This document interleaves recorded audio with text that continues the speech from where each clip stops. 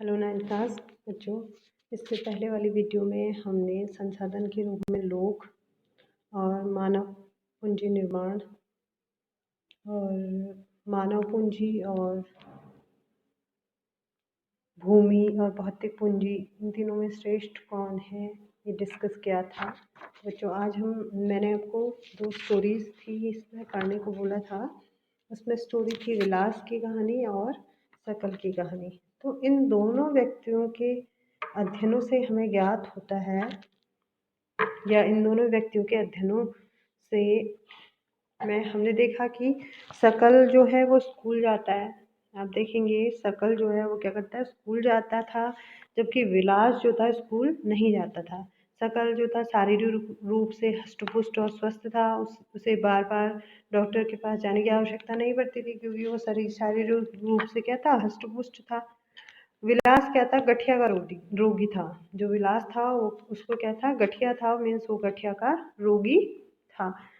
उसके यहाँ डॉक्टर के पास जाने के साधन भी नहीं थे, और एक तो वो गठिया का रोगी था, दूसरा उसके पास डॉक्टर के पास जाने के भी साधन नहीं थे।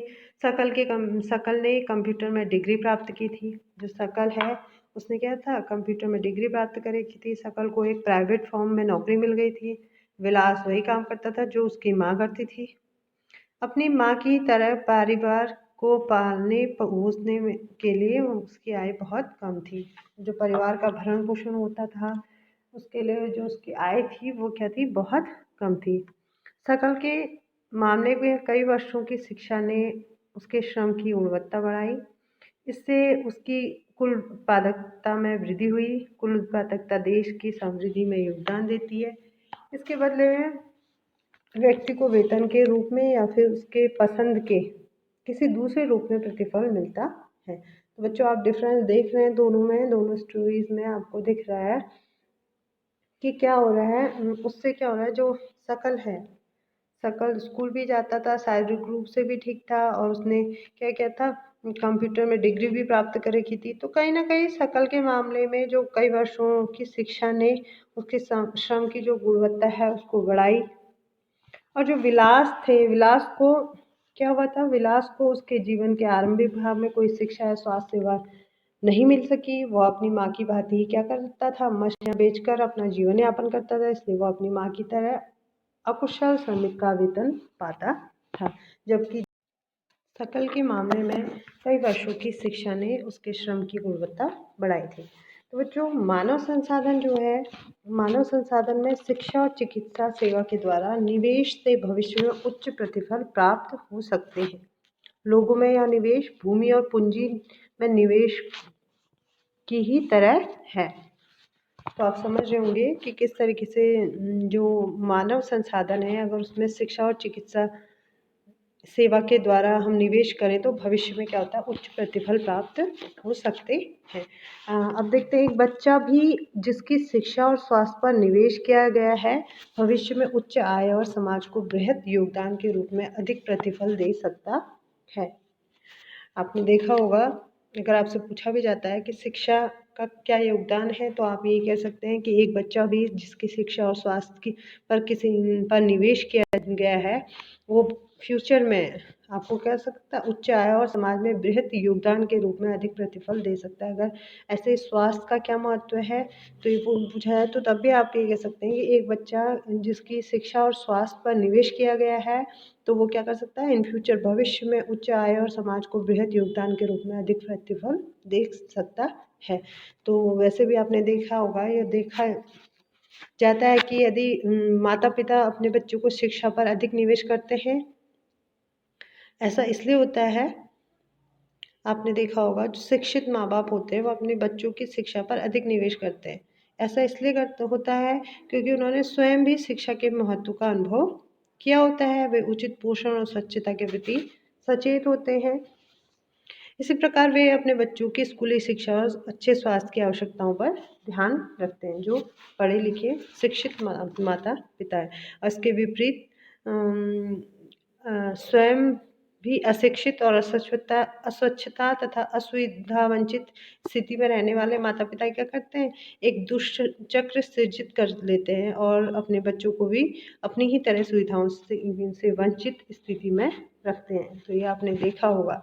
और जो पेरेंट्स माता पिता क्या होते हैं, पढ़े लिखे होते हैं, शिक्षित होते हैं, शिक्षा पर अधिक वो अपने बच्चों की शिक्षा पर अधिक निवेश करते हैं और इस तरह इस मामले में एक अच्छा चक्र बन जाता है। जो शिक्षित है तो अपने बच्चों को भी शिक्षित रखते हैं। एक उदाहरण है जापान का एग्जाम्पल। जापान जैसे देश में मानव संसाधन पर निवेश किया है। जो जापान देश है, जापान जैसे देशों ने मानव संसाधन पर निवेश किया है। उनके पास कोई प्राकृतिक संसाधन नहीं था। जापान के पास यह विकसित धनी देश है क्योंकि उसने क्या किया, मानव संसाधन पर निवेश किया। वे अपने देश के लिए आवश्यक प्राकृतिक संसाधन का आयात करते हैं। वे कैसे धनी विकसित बने, ये क्वेश्चन बनता है। तो हम कह सकते हैं कि उन्होंने लोगों में विशेष रूप से शिक्षा और स्वास्थ्य के क्षेत्र में निवेश किया। क्या किया जापान ने, लोगों पर विशेष रूप से शिक्षा और स्वास्थ्य में क्या किया, स्वास्थ्य के क्षेत्र में निवेश किया। उन लोगों ने भूमि और पूंजी जैसे अन्य संसाधनों का कुशल उपयोग किया। पहले उन्होंने लोगों पर निवेश किया तो लोगों ने भूमि और पूंजी जैसे अन्य संसाधनों का कुशल उपयोग किया और इन लोगों ने जो कुशलता और प्रौद्योगिकी विकसित की, उसी से ये देश धनी और विकसित बने। इन्हीं चीज़ों से ये देश क्या बने, कुशल और धनी और विकसित बने। तो जो आप समझ रहे होंगे कि शिक्षा का क्या महत्व है, स्वास्थ्य का क्या महत्व है। तो आप कह सकते हैं एक बच्चा भी जिसकी शिक्षा और स्वास्थ्य पर निवेश किया गया है, भविष्य में उच्च आय और समाज को बृहद योगदान के रूप में अधिक प्रतिफल दे सकता है। तो जापान जैसे देश जिसके पास कोई प्राकृतिक संसाधन नहीं है, फिर भी वो विकसित देश है क्योंकि उन्होंने क्या किया, विशेष रूप से शिक्षा और स्वास्थ्य के क्षेत्र में निवेश किया। तो इसलिए वो क्या है, एक विकसित देश है। विकसित देश कैसे बना, तो आप ये कह सकते हैं कि वो जापान एक विकसित देश इसलिए बना। अब बात करते हैं आर्थिक क्रियाओं की। आर्थिक क्रियाकलाप, आर्थिक क्रियाओं के प्रकार।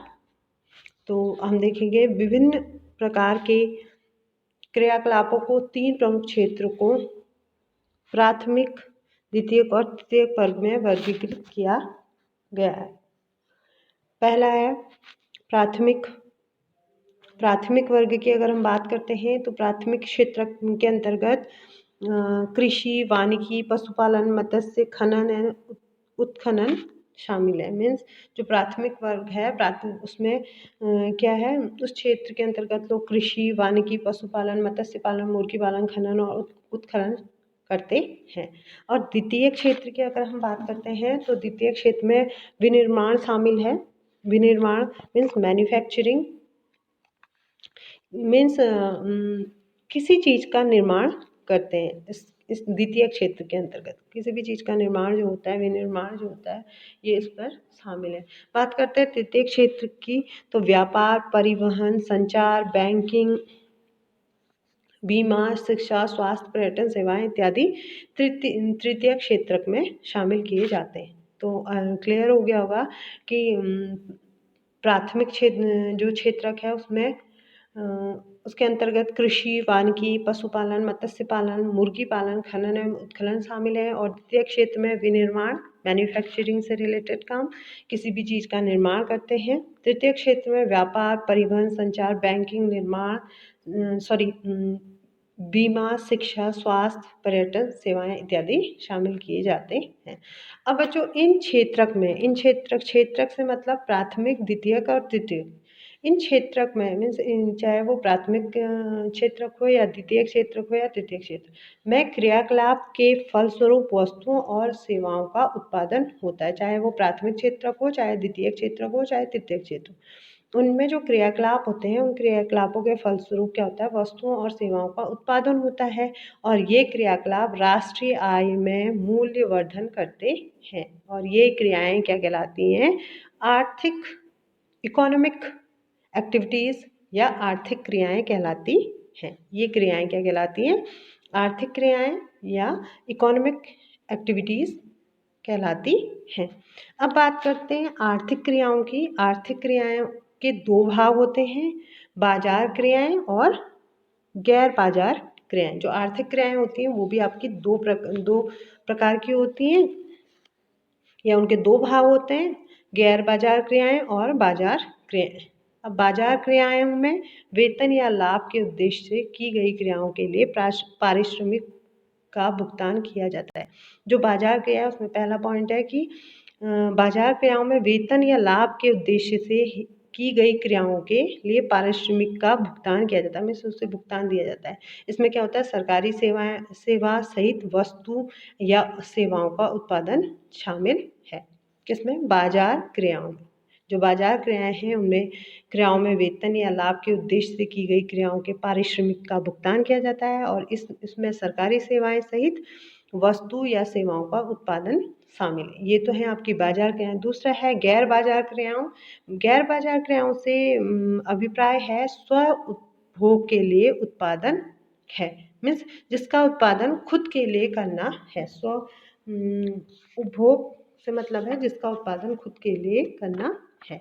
और इसमें दूसरा पॉइंट बनता है कि प्राथमिक उत्पादों का उपभोग और प्रसंस्करण तथा अचल संपत्तियों का स्वलेखा उत्पादन आता है। जो दूसरा अगर इसमें पॉइंट हम देखें तो इसमें पढ़ते हैं कि प्राथमिक उत्पादों का उपभोग और प्रसंस्करण तथा अचल संपत्तियों का स्वलेखा उत्पादन। मीन्स अब हम इसे ऐसे समझेंगे, जैसे हमारे पास कोई घर है, मकान है, हम उसका किराया नहीं दे रहे हैं, तो वो हमारे लिए क्या है? गैर बाजार क्रियाएं।